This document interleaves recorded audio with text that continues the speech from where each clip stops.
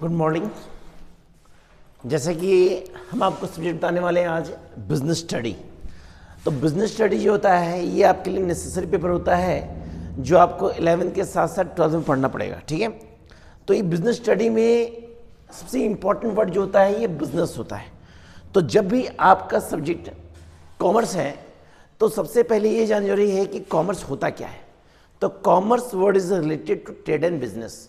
Commerce जो होता है ट्रेड और बिजनेस होता है। तो बिजनेस के तहत बिजनेस कब होता है, बिजनेस क्या कहलाता है? तो बिजनेस होता है कि जहां पे ट्रांजैक्शन का वर्क होता है और ट्रांजैक्शन के तहत जब हम लोग मनी का यूटिलाइज करते हैं, ट्रांजैक्शन के तहत जब हम लोग मनी का यूटिलाइज करते हैं तो हमारा वो बिजनेस कहलाता है। गुड। तो बिजनेस कह सकते हैं कि यह एक ऐसी मानवीय क्रिया है जिसके अंतर्गत किसी व्यक्ति द्वारा आर्थिक और गैर आर्थिक क्रियाओं को संपन्न किया जाता है, तो उसको हम बिजनेस कहते हैं। यह कह सकते हैं कि business is A economic and non economic activities. तो जब हम लोग बिजनेस स्टडी के तहत सबसे पहला चैप्टर पढ़ते हैं introduction of business,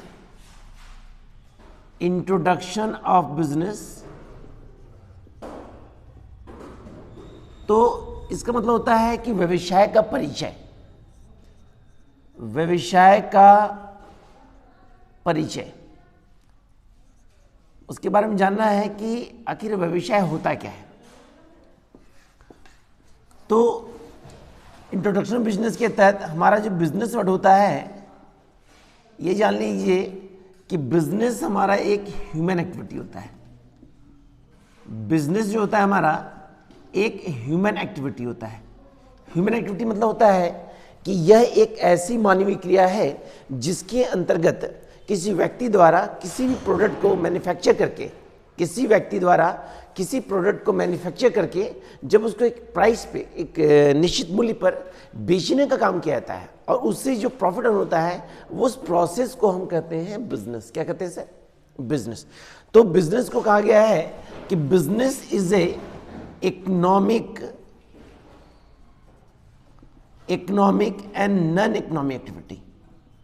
non economic activity, ये इकोनॉमिक और नॉन इकोनॉमिक एक्टिविटी क्या होता है सर? तो जैसा कि पता होना चाहिए कि इकोनॉमिक एक्टिविटी जो होता है इसको बोलते हैं आर्थिक क्रिया। इकोनॉमिक एक्टिविटी को हम बोलते हैं आर्थिक क्रिया और नॉन इकोनॉमिक बोलते हैं गैर आर्थिक क्रिया।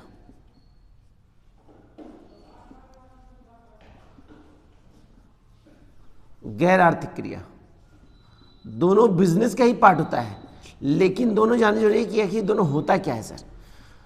तो business is A economic and economic activity. इसका मतलब होता है कि बिजनेस एक ऐसा इकोनॉमिक एक्टिविटी है जहां पे से प्रॉफिट के ऑब्जेक्ट के लिए, जहां केवल प्रॉफिट के ऑब्जेक्ट से जो वर्क किया जाता है, जो कार्य किया जाता है वो आपका इकोनॉमिक एक्टिविटी होता है। जैसे एग्जांपल में मान लीजिए किसी गुड्स को हम परचेज करते हैं, तो गुड्स को परचेज करने के बाद जब उसका हम पेमेंट करते हैं तो उस प्रोसेस को हम बोलते हैं इकोनॉमिक एक्टिविटी। क्या कहते हैं सर? Economic activity. मतलब जहां पे सिर्फ हमको प्रॉफिट अर्न हो, जहां पे ट्रांजैक्शन हो रहा है लेकिन उस ट्रांजैक्शन के तहत हमको क्या हो रहा है? प्रॉफिट अर्न हो रहा है। दूसरा होता है नॉन इकोनॉमिक एक्टिविटी। ये नॉन इकोनॉमिक क्या होता है? नॉन इकोनॉमिक एक्टिविटी होता है कि जब आप समाज कार्य के लिए, जब सोशल एक्टिविटी के लिए जो वर्क करते हैं तो वो होता है नॉन इकोनॉमिक एक्टिविटी। जैसे फॉर एग्जांपल मान लीजिए आप मेरे पास क्लासेस कर रहे हैं तो हमें फ़ी दे रहे हैं, तो वो हो गया हमारा इकोनॉमिक एक्टिविटी। लेकिन आपके भैया या मम्मी पापा जो आपको एजुकेशन दे रहे हैं, पढ़ा रहे हैं, वो क्या हो गया? Non economic activity. तो दोनों बिजनेस का ही पार्ट होता है, लेकिन एक्चुअली बिजनेस जो होता है वो हमारा एक इकोनॉमिक एक्टिविटी भी होता है, क्योंकि जहां पे प्रॉफिट अर्न होता है वो हमारा इकोनॉमिक एक्टिविटी होता है। बिजनेस चाहे जो हो, बिजनेस का स्टेप जो भी होगा उस बिजनेस के तहत हमको क्या होना चाहिए? प्रॉफिट अर्न होना चाहिए। अब इकोनॉमिक एक्टिविटी जो होता है ये 3 पार्ट का होता है। इकोनॉमिक एक्टिविटी क्या होता है?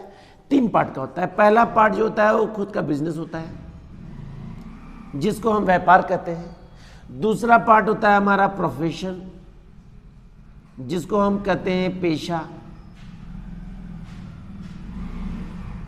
और तीसरा होता है हमारा एम्प्लॉयमेंट। तीसरा क्या होता है हमारा? एम्प्लॉयमेंट, जिसको हम कहते हैं रोजगार। क्या कहते हैं? रोजगार। ये तीनों वर्ड आखिर होता क्या है सर? तो सबसे पहला वर्ड है बिजनेस, जिसको हम कहते हैं व्यापार। तो किसी भी वर्ग के लिए, किसी भी वर्ग को करके जब आपको प्रॉफिट अर्न होता है तो वो बेसिकली बिजनेस कहलाता है। क्या कहलाता है? बिजनेस कहलाता है। दूसरा होता है प्रोफेशन। प्रोफेशन जो होता है इसका यूटिलाइज क्या होता है? इसका मतलब ये होता है कि जब कोई व्यक्ति विशिष्ट योग्यता प्राप्त करके उस योग्यता के आधार पे जो प्रॉफिट अर्न करता है उसके लिए वो कहलाता है वो प्रोफेशन। डॉक्टर, टीचर, वकील, इंजीनियर, मतलब वो पर्सन जो विशेष स्पेशलाइजेशन मतलब विशेष योग्यता को प्राप्त करके उस योग्यता के द्वारा, उस क्षमता के आधार पे, उस क्वालिफिकेशन के आधार पे जो प्रॉफिट अर्न करते हैं वो उनके लिए कहलाता है वो प्रोफेशन। तीसरा होता है एम्प्लॉयमेंट। ये बेसिकली एम्प्लॉयमेंट होता क्या है? एम्प्लॉयमेंट मतलब होता है कि जब कोई व्यक्ति किसी दूसरे व्यक्ति के अंडर में रहकर, जब कोई व्यक्ति किसी दूसरे व्यक्ति के अंडर में रहकर कोई कार्य को कंप्लीट करता है तो उसके लिए कहलाता है वो रोजगार। क्या कहलाता है सर? रोजगार। तो तीनों बेसिकली हमारा बिजनेस का ही पार्ट है और बिजनेस में ये तीनों इकोनॉमिक एक्टिविटी का पार्ट है। इसको आप नोट डाउन कर ले। जैसा कि इसमें और बेसिकली इंपॉर्टेंट पॉइंट है उसको आप ध्यान से रखेंगे।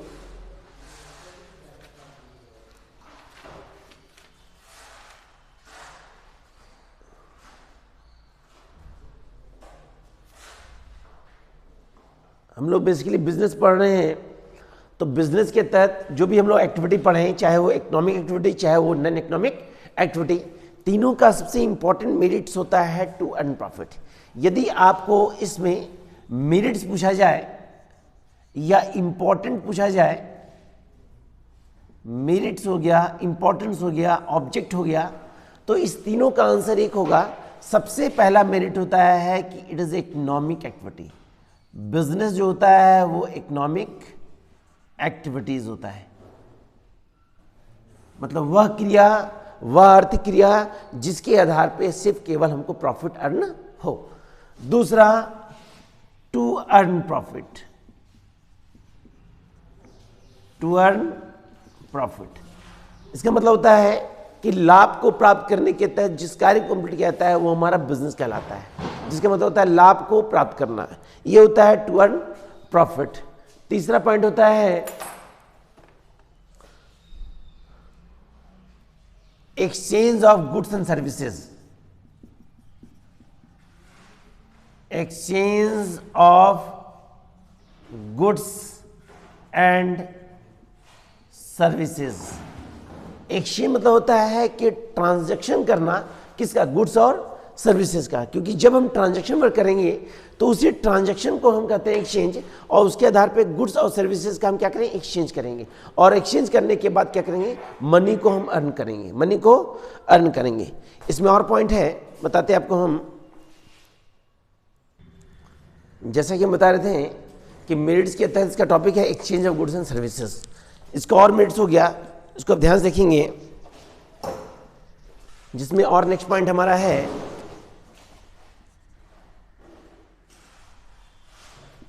Utilisation of goods. Utilization of goods. Good कहने मतलब है कि जब आप बिजनेस करते हैं तो बिजनेस के तहत जब आप प्रोडक्शन करते हैं, उत्पादन करते हैं, तो उत्पादन करने के दौरान जब आपको बिजनेस एक्टिविटी का नॉलेज होता है तो उस कंडीशन में क्या होता है कि जो भी आपका गुड्स होता है, जो भी आपका रॉ मटेरियल होता है, उसका आप सही से यूटिलाइज कर पाते हैं। क्यों? क्योंकि आपको बिजनेस का नॉलेज है। यदि आपको बिजनेस का नॉलेज है तो जो भी गुड्स होते हैं उसका आप सही से यूटिलाइज कर पाते हैं। उसी यूटिलाइज के आधार पर आप एक अच्छा प्रोडक्ट तैयार करते हैं। अगला, development of society. Development of society इसका मतलब होता है समाज का विकास। इसका मतलब क्या होता है? हम लोग जानते हैं कि किसी बिजनेस को करते हैं तो उस बिजनेस के तहत जो भी प्रोडक्ट तैयार करते हैं वो समाज के लिए तैयार करते हैं, मतलब सोसाइटी के लिए तैयार करते हैं। क्योंकि हम लोग सब जानते हैं कि सोसाइटी में तीन तरह के लोग रहते हैं, एक हाई, एक मिडिल और लो। तीनों लेवल के जो लोग होते हैं उनका जो इनकम होता है वो डिफरेंट होता है। इनकम डिफरेंट होने से अपनी आवश्यकताओं को सही से पूरा करने के लिए वो डिपेंड करते हैं किस पे? समाज पे डिपेंड होते हैं, और समाज के द्वारा जब उनकी आवश्यकताओं की पूर्ति होती है तो समाज क्या करता है, हमारा डेवलप होता है, समाज का विकास पाता है। गुड। अगला हमारा है एम्प्लॉयमेंट ग्रोथ। एम्प्लॉयमेंट ग्रोथ इसका मतलब होता है कि रोजगार में वृद्धि हो गई। जैसे जैसे हमारा बिजनेस बढ़ेगा, हमारा उस बिजनेस को करने के लिए एम्प्लॉय वर्कर की आवश्यकता पड़ेगी, और जब वर्कर को हायर करेंगे तो हमारा क्या होगा, रोजगार में वृद्धि होगी। Next point,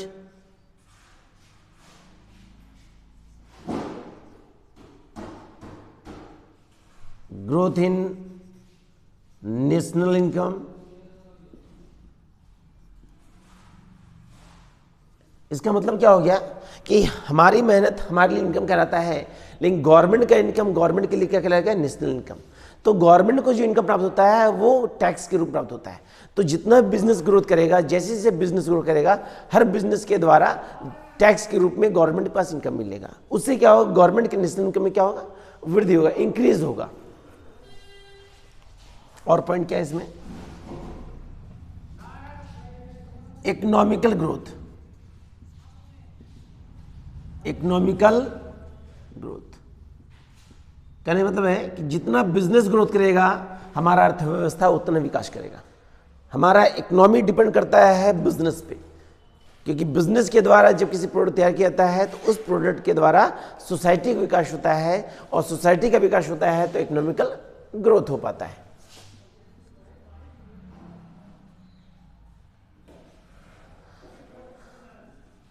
international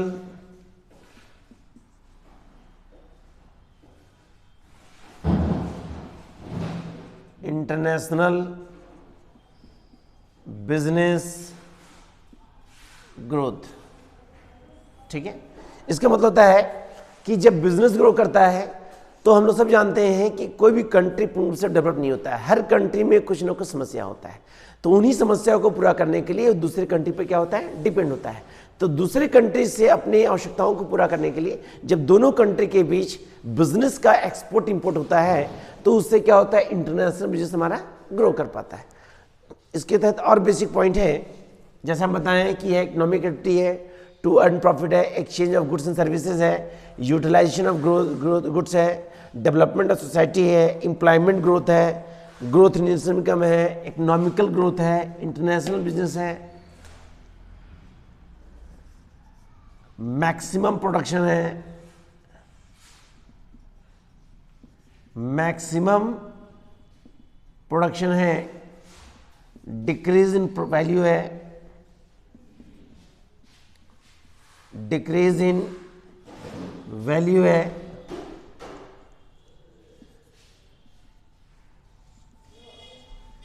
increase in demand है, इंक्रीज इन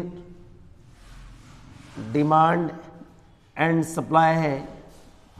तो बेसिकली ये सारा हमारा बिजनेस का मेरिट एंड इंपॉर्टेंस है। गुड। तो ये टॉपिक जो है ये बिजनेस एक्टिविटी मतलब इंट्रोडक्शन ऑफ बिजनेस का पार्ट कहते हैं। तो इसको ध्यान से देख लीजिएगा। नेक्स्ट टॉपिक हमको बताते हैं जिसका नाम है business organization. Business organization. Good. अब बिजनेस ऑर्गेनाइजेशन होता क्या है, ये भी कह सकते हैं कि business is art and science. Art क्यों है, क्योंकि जब कोई व्यक्ति किसी बिजनेस को सही से कंप्लीट कर पाता है तो उसके लिए वो आर्ट होता है। कहने मतलब है कि जब कोई पर्सन मतलब बिजनेस इज ह्यूमन एक्टिविटी, जब किसी ह्यूमन द्वारा किसी व्यक्ति द्वारा उस बिजनेस के तहत जो भी एक्टिविटी होता है उस एक्टिविटी का सही से कंप्लीट कर पाता है तो उसके लिए वो बिजनेस होता है। लेकिन उसी बिजनेस में जब हम टेक्नोलॉजी का यूज करते हैं तो हमारे बिजनेस में और ग्रोथनेस आता है, जिस कारण कहा गया है कि business is A art and science. यह कला और विज्ञान दोनों है। सेकंड टॉपिक जो आपका है वो है बिजनेस ऑर्गेनाइजेशन। तो ये बिजनेस ऑर्गेनाइजेशन होता क्या है, इस बात को जानना इंपॉर्टेंट है। बिजनेस होता है व्यापार और ऑर्गेनाइजेशन होता है संगठन। क्लियर। बिजनेस होता है व्यापार और ऑर्गेनाइजेशन होता है संगठन। कहने का मतलब है किसी भी बिजनेस में ग्रोथनेस तभी हो पाता है जब यूटिलाइज करते हैं हम लोग ऑर्गेनाइजेशन का। ऑर्गेनाइजेशन मतलब होता है कि जब कोरिलेटेड होकर, जब ऑर्गेनाइज होकर, जब मिलकर किसी बिजनेस को हम लोग डेवलप करते हैं तो उस बिजनेस में ग्रोथनेस ज़्यादा होता है, उस बिजनेस में डेवलपमेंट ज़्यादा होता है। क्योंकि किसी भी कंपनी द्वारा या किसी भी इंडस्ट्री द्वारा जब प्रोडक्शन वर्क किया जाता है तो किसी एक पर्सन द्वारा नहीं किया जाता है, उस वहाँ पे डिफरेंट वर्क के एम्प्लॉय होते हैं, डिफरेंट कैटेगरी के एम्प्लॉय होते हैं, डिफरेंट सेंस के वर्कर होते हैं। उन वर्कर के द्वारा अपनी योग्यता एवं क्षमता के आधार पर उस बिजनेस को जब ग्रो करते हैं तो वो मिलकर जब करते हैं ना सर, वो मिलकर ही करना ही क्या कहलाता है, हमारा ऑर्गेनाइजेशन कहलाता है, जिससे हमारा बिजनेस क्या करता है, ग्रो करता है। जैसा कि भी आपको मेरिट्स बताए थे बिजनेस के तहत। तो बिजनेस ऑर्गेनाइजेशन जो होता है बेसिकली ये 3 प्रकार का होता है। बिजनेस ऑर्गेनाइजेशन जो होता है ये बेसिकली 3 प्रकार का होता है। एक होता है आपका सोल ट्रेड, एक होता है सोल ट्रेड, दूसरा होता है हमारा पार्टनरशिप, और तीसरा होता है हमारा कंपनी। क्या होता है सर, कंपनी। ये सोल ट्रेड क्या होता है सर, सोल ट्रेड होता है एकाकी व्यापार, एकाकी व्यापार, गुड। पार्टनरशिप जो होता है जिसको हम बोलते हैं साझेदार, और कंपनी जो है ये कंपनी ही होता है। अब प्रश्न उठता है कि ये तीनों वर्ड है क्या सर। तो बिजनेस ऑर्गेनाइजेशन के तहत हम सब जानते हैं कि किसी बिजनेस के ग्रोथनेस में सबसे इंपॉर्टेंट होता है ऑर्गेनाइजेशन का, क्योंकि जब तक मिलजुल कर कार्य को कंप्लीट नहीं करते हैं तब तक हमारा बिजनेस ग्रो डेवलप नहीं करता है। तो फर्स्ट हमारा होता है सोल ट्रेड। ये सोल ट्रेड होता क्या है सर, सोल ट्रेड नाम से स्पष्ट है, एकाकी व्यापार। मतलब किसी इंडिविजुअल पर्सन के द्वारा, किसी एक व्यक्ति द्वारा कभी भी कहीं भी, किसी एक व्यक्ति द्वारा कभी भी कहीं भी किसी प्रकार का ह्यूमन एक्टिविटी होता है और उस एक्टिविटी से जब उसको प्रॉफिट अर्न होता है तो उसके कहलाता है वो सोल ट्रेड। जैसे फेरी वाला, सब्जी वाला, दूध वाला, माली, मतलब एक व्यक्ति द्वारा किया गया व्यवसाय ही कहलाता है सोल ट्रेड। कह सकते हैं कि sole trade business is a first part of business organization. It means individual person started a firm sole trade business. मतलब एक व्यक्ति द्वारा कभी भी कहीं भी किसी भी समय किसी भी मूल्य पर जब किसी बिजनेस एक्टिविटी को कंप्लीट किया जाता है, किसी इकोनॉमिक एक्टिविटी के तहत वर्क को कंप्लीट किया जाता है तो वह उसके लिए कहलाता है हमारा सोल ट्रेड। क्या कहलाता है, इसके तहत कोई भी रूल एंड रेगुलेशन नहीं है। सबसे बड़ी बात है इसमें मालिक वही होता है, एक ही व्यक्ति होता है, उसी के ऊपर लायबिलिटीज होता है, उसी का दायित्व होता है कि बिजनेस को कैसे वर्क करें, बिजनेस को कैसे हम चलाएं, क्योंकि मालिक वही होता है, सारा कार्यभार उसी को होता है, प्रॉफिट उसी को होता है। लेकिन सबसे इंपॉर्टेंट बात होता है कि इसमें सिक्रेसी होता है, इसमें गोपनीयता होता है, क्योंकि जब किसी इंडिविजुअल पर्सन द्वारा बिजनेस किया जाता है तो उसके द्वारा अपने बिजनेस से रिलेटेड कुछ इंपॉर्टेंट इंफॉर्मेशन को, कुछ सूचनाओं को गोपनीय रखा जाता है जिससे बिजनेस में प्रॉब्लम्स नहीं क्रिएट हो। तो सोल ट्रेड एक बिजनेस हो गया जिसके तहत एक व्यक्ति द्वारा कभी भी कहीं बिजनेस स्टार्ट होता है तो वो सोल ट्रेड होता है। सोल ट्रेड का ऑब्जेक्ट क्या होता है sir, growth in business, business को ग्रो करना होता है। सेकंड क्या होता है, प्रॉफिट होता है। तीसरा क्या होता है, डेवलपमेंट सोसाइटी होता है, समाज के विकास के लिए फेरी वाला, सब्जी वाला, दूध वाला, माली वाला जो भी वर्क करता है उससे समाज का डेवलपमेंट हो। कहने मतलब है कि सोल ट्रेड के आधार पे हमारा इकोनॉमिकल ग्रोथ भी होता है, लेकिन इसमें कोई एक्ट, कोई कानून नहीं होता है। इस बिजनेस को कभी भी कहीं भी किसी भी समय किसी व्यक्ति द्वारा प्रारंभ किया जा सकता है, जिसको हम कहते हैं सोल ट्रेड बिजनेस। कुछ इसका इंपॉर्टेंट पॉइंट्स है सोल ट्रेड का जिसको आप ध्यान सुनेंगे कि इसका मालिक केवल एक व्यक्ति होता है। सोल ट्रेड के तहत, इसके ऑनरशिप के तहत इसका मालिक एक होता है। सेकंड होता है कि इसमें फ्रीडम होता है, फ्रीडम फ्रॉम गवर्नमेंट कंट्रोल। इसका मतलब होता है गवर्नमेंट का इस पर कंट्रोल कोई नहीं होता है, ठीक है। तीसरा क्या होता है, अनलिमिटेड लायबिलिटीज होता है। अनलिमिटेड लायबिलिटी मतलब होता है कि एक व्यक्ति के ऊपर सारा दायित्व होता है तो उसका कार्यभार जो होता है उस पर बढ़ा होता है, ठीक है। मतलब उसी के द्वारा सारे वर्क को कंप्लीट किया जाता है, गुड। इसके तहत सिक्रेसी होता है, गोपनीयता होता है। कहने मतलब बिजनेस से रिलेटेड जितने भी इंपॉर्टेंट इंफॉर्मेशन होता है वो सीक्रेट होता है। अगला होता है नो शेयरिंग प्रॉफिट लॉस, कहने मतलब है कि इसमें प्रॉफिट लॉस को शेयर नहीं किया जाता है, क्योंकि मालिक अकेला होने से प्रॉफिट लॉस को बांटा नहीं जाता है। गुड।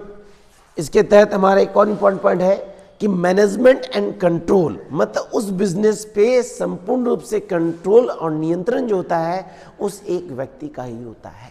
कहने मतलब सबका मालिक एक है, एक व्यक्ति द्वारा कहीं भी किसी प्रकार के बिजनेस स्टार्ट करता है तो उसके लिए क्या रहता है, सोल ट्रेड बिजनेस।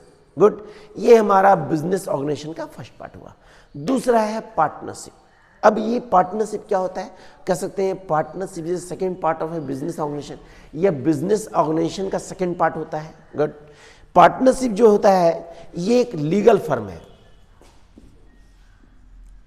यह एक लीगल फर्म है। लीगल फर्म मतलब होता है कानूनी व्यवसाय। क्यों? क्योंकि इसके तहत कहा गया है मोर देन 2%, मोर देन 2%। कहने मतलब है कि जब दो या दो से अधिक व्यक्ति मिलकर, जब दो या दो से अधिक व्यक्ति मिलकर किसी व्यवसाय को प्रारंभ करते हैं तो उस बिजनेस को हम कहते हैं पार्टनरशिप। और सोल ट्रेड में इंडिविजुअल व्यक्ति थे, सोल ट्रेड में अकेला व्यक्ति था, लेकिन पार्टनरशिप में क्या है, मोर देन 2%। ये 2% मतलब जब दो या दो से अधिक व्यक्ति मिलकर किसी व्यवसाय को प्रारंभ करते हैं तो वह व्यवसाय उनके लिए कहलाता है पार्टनरशिप फर्म। ये लीगल फर्म क्यों है, क्योंकि पार्टनरशिप तभी कहलाता है जब पार्टनरशिप में एग्रीमेंट होता है। एग्रीमेंट जो होता है एक डॉक्यूमेंट होता है जिसको हम डीड पेपर कहते हैं। एग्रीमेंट एक डीड पेपर होता है जिसमें उस फर्म से रिलेटेड सारी इंफॉर्मेशन को सबमिट किया जाता है कि आपके द्वारा किस बिजनेस, किस व्यवसाय को प्रारंभ किया गया है, कब प्रारंभ किया गया है, क्या नाम है, कौन पार्टनर्स है। कहने मतलब है कि पार्टनरशिप फर्म तभी कहलाता है जब पार्टनर के बीच एग्रीमेंट हो, जिसको हम डीड पेपर कहते हैं। इस डीड पेपर में उस बिजनेस से रिलेटेड सारी सूचनाओं को सबमिट किया जाता है जिससे भविष्य में पार्टनर के बीच विवाद ना हो। उसी विवाद से बचने के लिए कहा गया है कि पार्टनर के बीच क्या होना चाहिए, एग्रीमेंट होना चाहिए। ये एग्रीमेंट जो होता है एक लीगल वर्क होता है जिसको इंडियन पार्टनरशिप एक्ट 1932 के तहत पास किया गया है। इंडियन पार्टनरशिप एक्ट 1932 के तहत प्रारंभ किया गया है। अब पार्टनरशिप के तहत कहा गया है कि पार्टनरशिप तभी पार्टनरशिप कहलाएगा जब इंडियन पार्टनरशिप एक्ट 1932 के तहत 1932 के तहत साझेदारों के बीच एक समझौता पत्र तैयार किया जाता है। उसी समझौता पत्र में यह सारी सूचनाओं को सबमिट किया जाता है कि उस व्यक्ति द्वारा जो मिलकर कार्य कंप्लीट कर रहे हैं उनके द्वारा किस बिजनेस को प्रारंभ किया जा रहा है, कब किया जा रहा है, कौन पार्टनर है, उनका पता क्या है, उनकी सैलरी क्या है, मतलब information, detail information of the firm. Agreement क्या होता है sir, detail information of the firm. Agreement में साफ साफ लिखा होता है कि पार्टनरशिप में मिनिमम 2 होते हैं और मैक्सिमम जो होते हैं वो 50 होते हैं। पार्टनरशिप में मिनिमम जो होते हैं वो 2 लोग होते हैं और मैक्सिमम जो होते हैं वो 50 लोग होते हैं। तो ये हमारा पार्टनरशिप का पार्ट हो गया। किसका हो गया सर, पार्टनरशिप। थर्ड हमारा जो है वो हमारा है कंपनी। क्या सर, हमारा है कंपनी।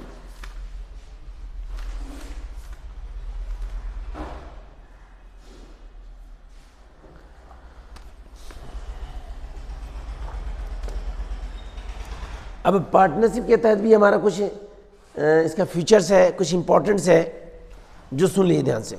तो पार्टनरशिप जो होता है सबसे मेन पॉइंट इसमें होता है मोर देन 2%। सबसे पहला point more than 2%। Second point हमारा है agreement between 2 and more person, ये भी हो कह सकते हैं। नेक्स्ट पॉइंट है कि यह लीगल बिजनेस है।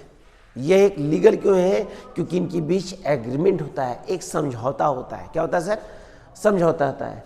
नेक्स्ट पॉइंट है प्रॉफिट मोटिव। जब भी पार्टनरशिप फर्म स्टार्ट करते हैं तो प्रॉफिट ऑब्जेक्ट के लिए स्टार्ट करते हैं। अगला होता है हमारा अनलिमिटेड लायबिलिटीज। पार्टनर के बीच दायित्व जो होते हैं वो अनलिमिटेड होते हैं। अगला हमारा है रजिस्ट्रेशन ऑफ पार्टनरशिप। पार्टनरशिप से इंपॉर्टेंट बात है कि ये लीगल फर्म है जिसके तहत इनका रजिस्ट्रेशन होना आवश्यक है। गुड। तो ये हमारा हुआ पार्टनरशिप फर्म। तीसरा होता है कंपनी। अब ये कंपनी क्या होता है, कंपनी भी कह सकते हैं कि बिजनेस ऑर्गेनाइजेशन का यह थर्ड पार्ट होता है। It is a third part of a business organization. Company जो होता है एक आर्टिफिशियल पर्सन होता है। कंपनी जो होता है एक आर्टिफिशियल पर्सन होता है। आर्टिफिशियल पर्सन मतलब होता है जिसको हम देख नहीं सकते, जिसको हम कहते हैं कृत्रिम व्यक्ति। यह एक कृत्रिम व्यक्ति है, यह एक कृत्रिम व्यक्ति है।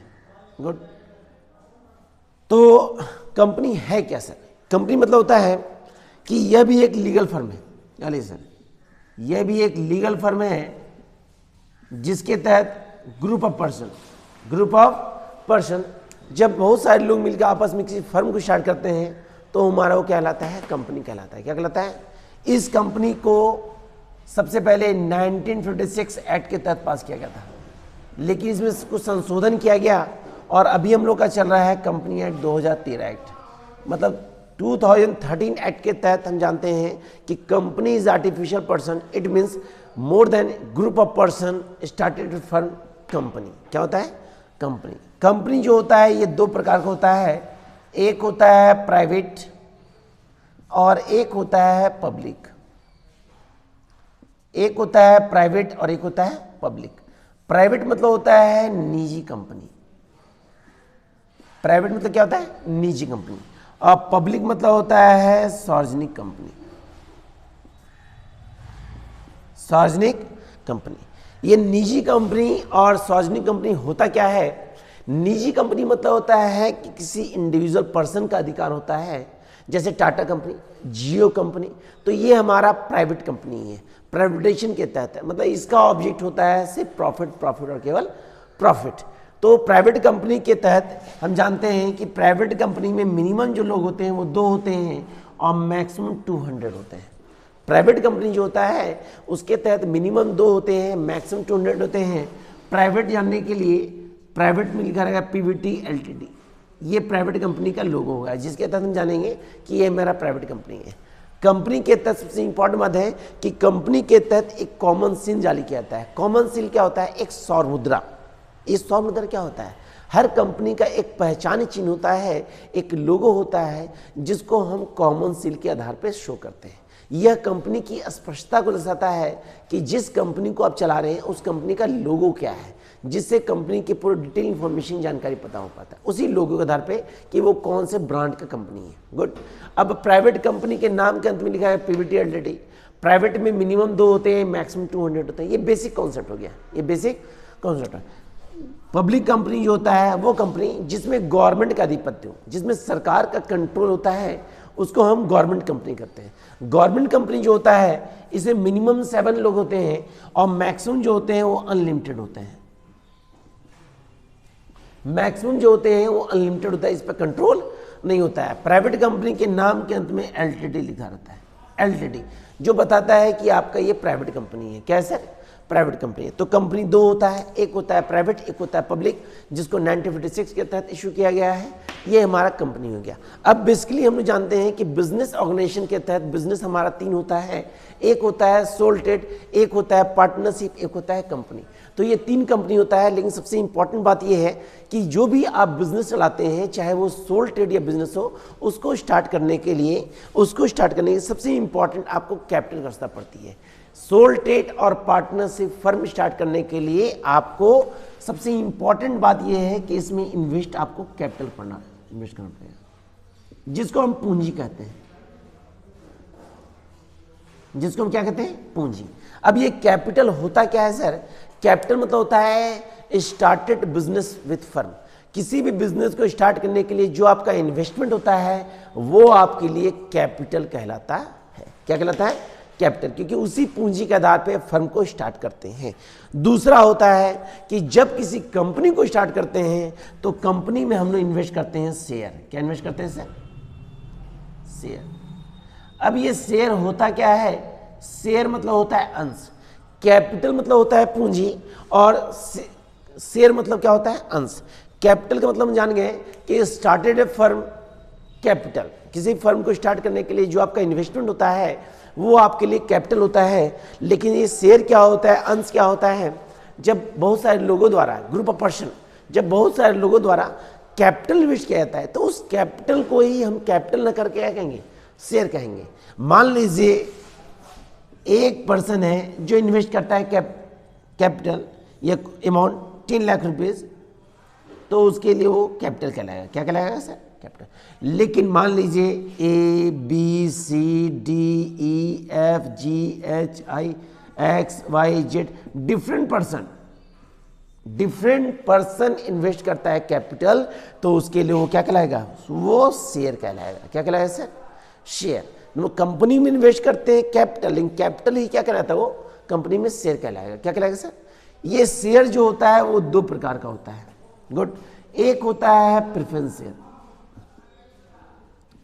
एक होता है प्रेफरेंस शेयर और एक होता है इक्विटी शेयर।